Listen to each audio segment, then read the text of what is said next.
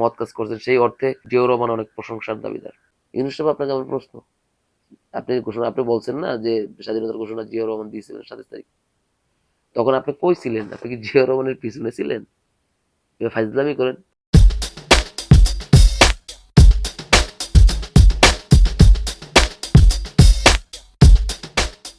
প্রিয় দর্শক, আসসালামু আলাইকুম। আজকে আমি একটা বিষয় নিয়ে কথা বলবো খুবই সংক্ষেপে, সুতরাং ভিডিওটি আপনারা মনোযোগ দিয়ে দেখবেন এই প্রত্যাশা রাখি। সেটা হচ্ছে কি, আপনার গত শুক্রবার 21 তারিখ, 21 নভেম্বর, বাংলাদেশ অন্তর্বর্তী সরকারের প্রধান উপদেষ্টা ডক্টর মোহাম্মদ ইউনূস ঢাকার রাজধানীর একটি সেনাকুঞ্জে সশস্ত্র বাহিনী দিবস উপলক্ষে উনি চিফ গেস্টের বক্তৃতা দিয়েছেন। তো উনি আপনার হচ্ছে বাংলাদেশের সরকার প্রধান, উনি বক্তৃতা দিয়েছেন, সেটা নিয়ে আমার কোনো সমস্যা নেই বাংলাদেশের নাগরিক হিসেবে, সেটা নিয়ে আমার বিরোধিতাও নেই। কিন্তু উনি একটি বক্তব্য দিয়েছেন, একটি বিষয়কে কেন্দ্র করে একটা বক্তব্য দিয়েছেন। তো সেটা নিয়ে অ্যাজ এ বাঙালি হিসেবে আমি মানে আমার খুবই আপত্তি রয়েছে। যে ওনার যে ভাষণটি, সে ভাষণটি আমার ইগোকে হার্ট করছে। বক্তব্যতে এক পর্যায়ে বলেছেন, উনি যে বক্তব্য দিচ্ছেন সে বক্তব্যে বাংলাদেশের সেনাবাহিনীর ঊর্ধ্বতন সব কর্মকর্তা, তারপরে আমাদের বর্তমান সেনাপ্রধান ওয়াকারুজ্জামান, উনিও পিছনে দাঁড়িয়েছিলেন। তারপরে অনেক রাজনৈতিক দলের নেতারা ওইখানে উপস্থিত ছিলেন। তো উনি বলেছেন যে আপনার হচ্ছে 27শে মার্চ, যে আপনার তৎকালীন সময়ে যে মেজর পদমর্যাদার আর কি সেনা কর্মকর্তা, আমি ওনাকে মুক্তিযোদ্ধা হিসেবেই দেখি, যে স্বাধীনতার ঘোষণা পাঠ করেছেন সেভাবে আমি দেখি। জিয়াউর রহমান, জিয়াউর রহমান নাকি আপনার হচ্ছে স্বাধীনতার ঘোষণা পাঠ করেছেন, তারপর থেকে হচ্ছে আপনার নৌবাহিনী, সেনাবাহিনী যুদ্ধ শুরু করছে, তারপর হচ্ছে দেশ স্বাধীন করছে, এই ধরনের একটা বক্তব্য দিয়েছেন প্রধান উপদেষ্টা। তো ওই সময় আপনার হচ্ছে সেনা প্রধান পিছনে দাঁড়িয়েছিল।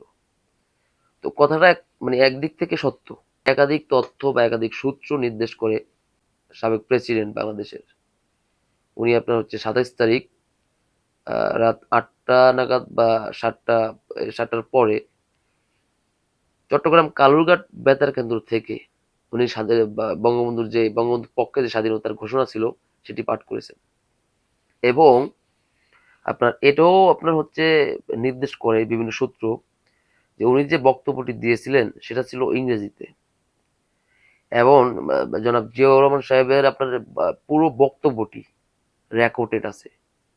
আপনি ইউটিউবে, গুগলে বা ইনস্টা যেখানে যান না কেন আপনার হচ্ছে, তারপরে হচ্ছে বিদেশি গণমাধ্যমগুলোতে আপনার এখনো রেকর্ডেড প্রমাণ আছে।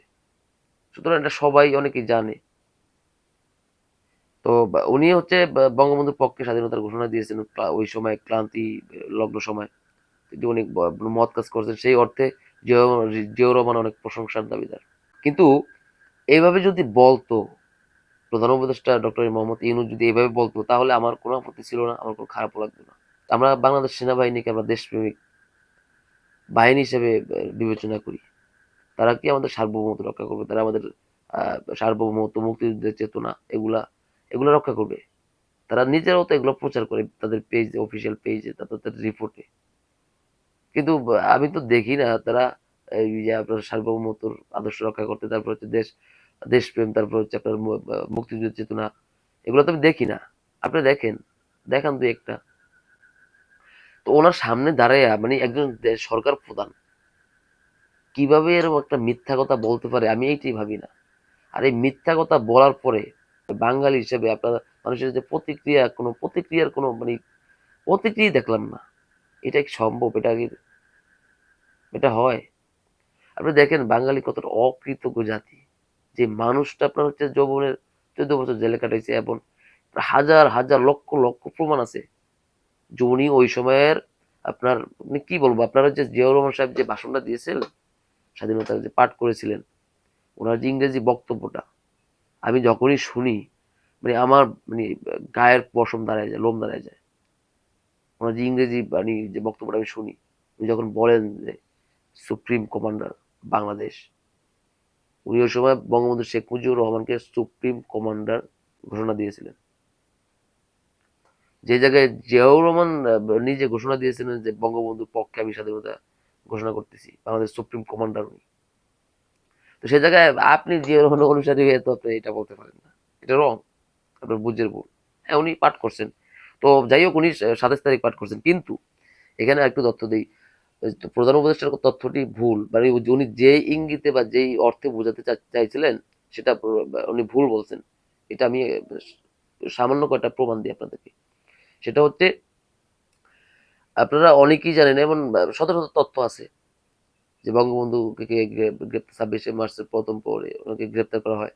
তার আগে কিন্তু উনি স্বাধীনতা ঘোষণা দিয়ে দিয়েছিলেন লিখিতভাবে। তো সেটা সারা বাংলাদেশে 26 তারিখে সারা বাংলাদেশে লিফলেট আকারে, তারপর হচ্ছে মাইকিং এর মাধ্যমে প্রচার হয়েছে। এমন শত শত শত প্রমাণ আছে।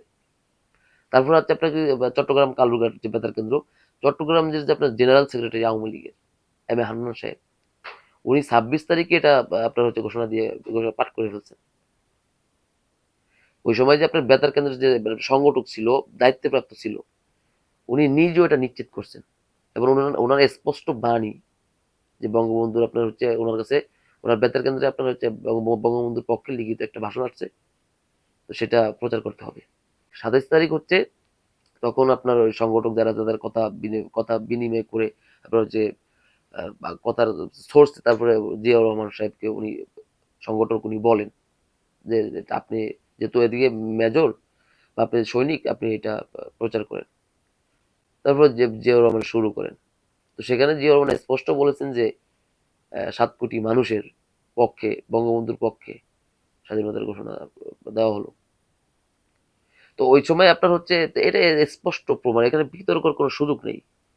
স্বাধীনতার ঘোষক হচ্ছে বঙ্গবন্ধু শেখ মুজিবুর রহমান, স্বাধীনতার স্থপতি বঙ্গবন্ধু শেখ মুজিবুর রহমান। এখানে বিতর্কিত কোনো বিষয়ই নেই। আপনি যদি বিতর্কিত করতে চান তাহলে ভুল আপনার মধ্যে। ওই সময় ইভেন আপনার হচ্ছে দেখেন, ওই সময় আপনার বিদেশি গণমাধ্যমগুলোতে এইটাই প্রচার করা হয়েছে, বঙ্গবন্ধুর পক্ষে স্বাধীনতার ঘোষণা, এটাই প্রচার করা হয়েছে। কারণ ওই সময় আপনার হচ্ছে যুক্তিগত থাকতে হবে। তো জিয়াউর রহমান দিবে কিভাবে? জিয়াউর রহমান তো ওই সময় পাকিস্তানের সৈনিক, কিন্তু বঙ্গবন্ধু হচ্ছে আপনার 70-এর নির্বাচনে আপনার পাকিস্তানের প্রধানমন্ত্রী হওয়ার মতো সে আসন বা সংখ্যাগরিষ্ঠতা সে পাইছে।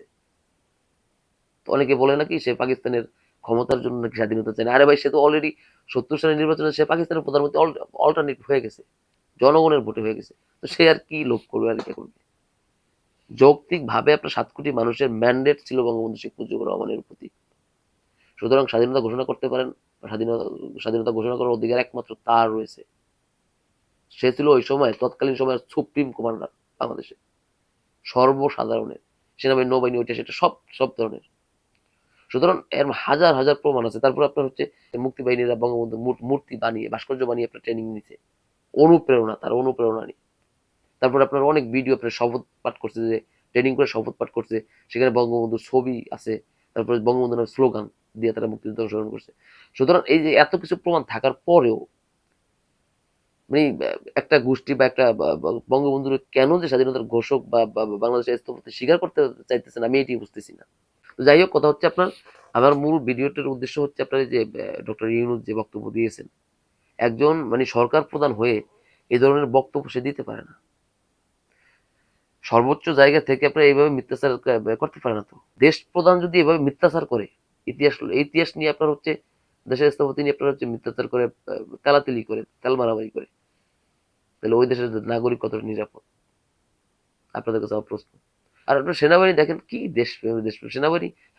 মুক্তিযুদ্ধ, স্বাধীন মুক্তিযুদ্ধের সূত্র নিয়ে তারা ডিউটি শুরু করে, শপথ শুরু করে, অথচ মুক্তিযুদ্ধের সর্বাধিনায়ক বঙ্গবন্ধুকে তারা স্বীকার করে না।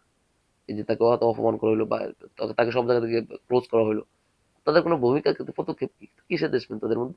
জিয়াউর রহমান সাহেব যখন স্বাধীনতা 27 তারিখ স্বাধীনতা ঘোষণা দিয়েছিলেন, তখন ইউনূস সাহেব কই ছিলেন?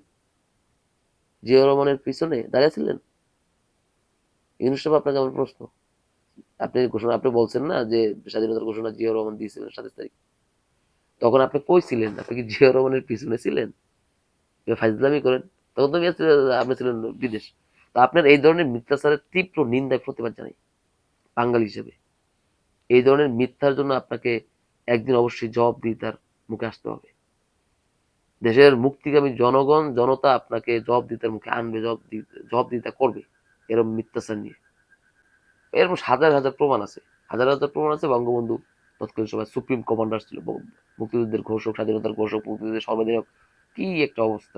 এটা হাজার হাজার প্রমাণ আছে। এটা বিতর্কিত কোনো বিষয় না। এটা একটা গোষ্ঠী খালি ঘুরে বেঁচাইতে চায়।